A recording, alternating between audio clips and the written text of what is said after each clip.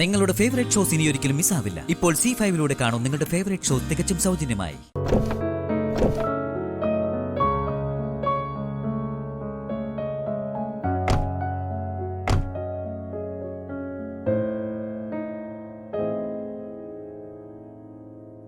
Sir, എന്താ sir, എന്താ ഇവിടെ? ദേ, നമുക്ക് വീട്ടിൽ പോണ്ടേ? എന്താടോ, നമ്മള് വീട്ടിലേക്കല്ലേ പോകുന്നത്? എന്താ ഇത്ര തിടുക്കം? അയ്യോ സർ, വേഗം എത്തണം. അവിടെ എനിക്ക് ഒത്തിരി ജോലികൾ ബാക്കിയാ. തുണികൾ ഉണക്കാനിട്ടിരിക്കുന്നു, അതെടുക്കണം. രാവിലെ കാപ്പിക്ക് വേണ്ടി അരി കുതിർത്ത് വെച്ചിട്ടുണ്ട്, അതെടുത്ത് ദോശയ്ക്ക് അരയ്ക്കണം. പിന്നെ അത്താഴം ഉണ്ടാക്കണം, അച്ഛന് മരുന്നെടുത്തു കൊടുക്കണം. പോയാലുടനെ വീട് തുടച്ച് വൃത്തിയാക്കി വിളക്ക് കത്തിക്കണം. അങ്ങനെ എനിക്ക് തൊട്ടും പിടിച്ചു ഒത്തിരി ജോലികളുണ്ട്. ഓഫീസില് വളരെ കണിശക്കാരിയായ ചെയർപേഴ്സൺ. വീട്ടില് വന്ന സകലമാന ജോലികളും ഒരു വീട്ടുജോലിക്കാരിയെ പോലെ ചെയ്തുകൊണ്ടേയിരിക്കും. അതും കൃത്യതയോടെ, ഒരു മടിയും കൂടാതെ. ഇതൊക്കെ തനിക്ക് എങ്ങനെ സാധിക്കുന്നു? അതിനുത്തരം സാറ്. സാർ എനിക്ക് തരുന്ന ധൈര്യവും പരിഗണനയും കൊണ്ടാ എനിക്ക് ഇങ്ങനെയൊക്കെ ചെയ്യാൻ സാധിച്ചത്. എല്ലാം സാറിന്റെ കാരുണ്യം.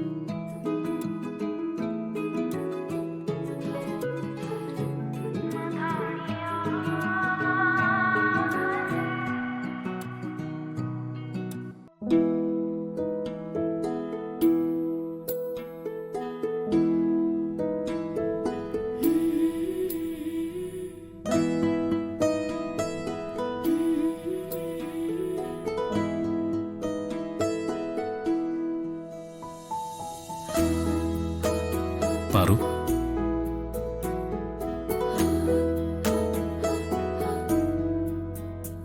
ഞാനൊരു കാര്യം ചോദിച്ചാ പാറു സത്യം പറയോ? സാർ ചോദിച്ചോ? ആ മാനേജർക്ക് പിന്നിൽ ആരോ ഉണ്ടെന്ന് താൻ പറഞ്ഞില്ലേ? അതാരാ?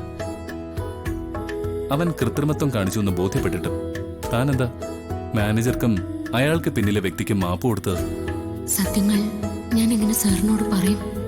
പറയൂ പാർവതി, താൻ എന്തിനാ അവരോട് ക്ഷമിച്ചത്? അത് സർ, ഇവരെല്ലാം ദേവമ്മയുടെ കാലം മുതൽ നമ്മുടെ കമ്പനിയിൽ പ്രവർത്തിക്കുന്നവരാ.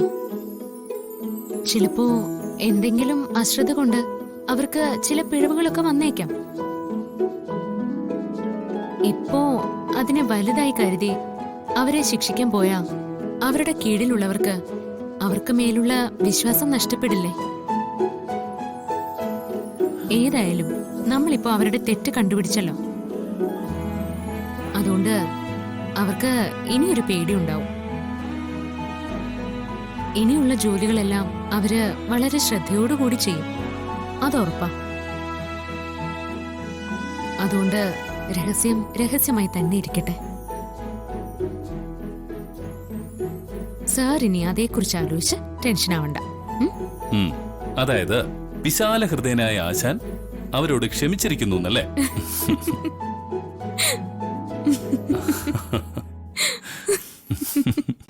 ഡൗൺലോഡ് ചെയ്യൂ C5 ആപ്പ്. കാണൂ എല്ലാ എപ്പിസോഡുകളും സൗജന്യമായി.